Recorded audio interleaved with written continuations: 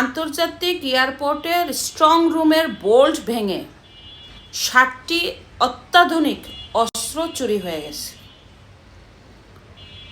বুঝতে পারছেন বাংলাদেশের নিরাপত্তা কোথায় গিয়ে ঠেকেছে?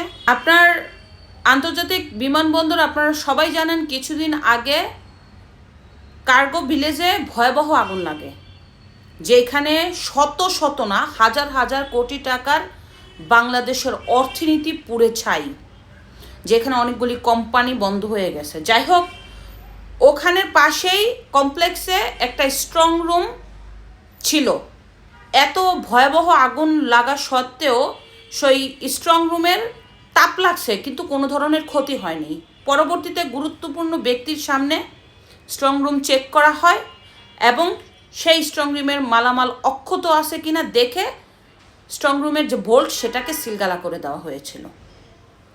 কিন্তু ওখান থেকেই 60টি অত্যাধুনিক আগ্নেয়াস্ত্র লুটপাট হয়ে গেছে, মানে চুরি হয়ে গেছে।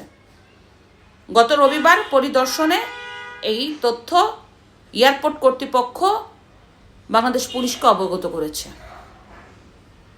আপনারা জানেন 5ই আগস্টের পরে প্রত্যেকটা থানা থেকে অস্ত্র লুট হয়েছে।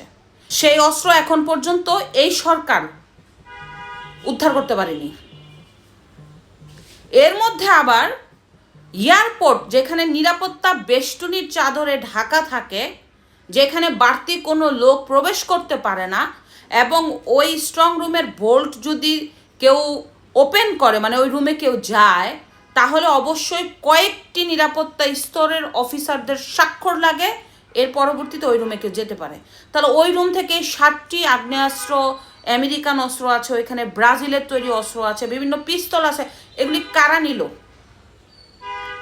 নিশ্চয়ই এমন কোনো লোক নিছে যারা এইটা দিয়ে বাংলাদেশকে একটা অস্থিতিশীল পরিবেশ তৈরি করতে পারে।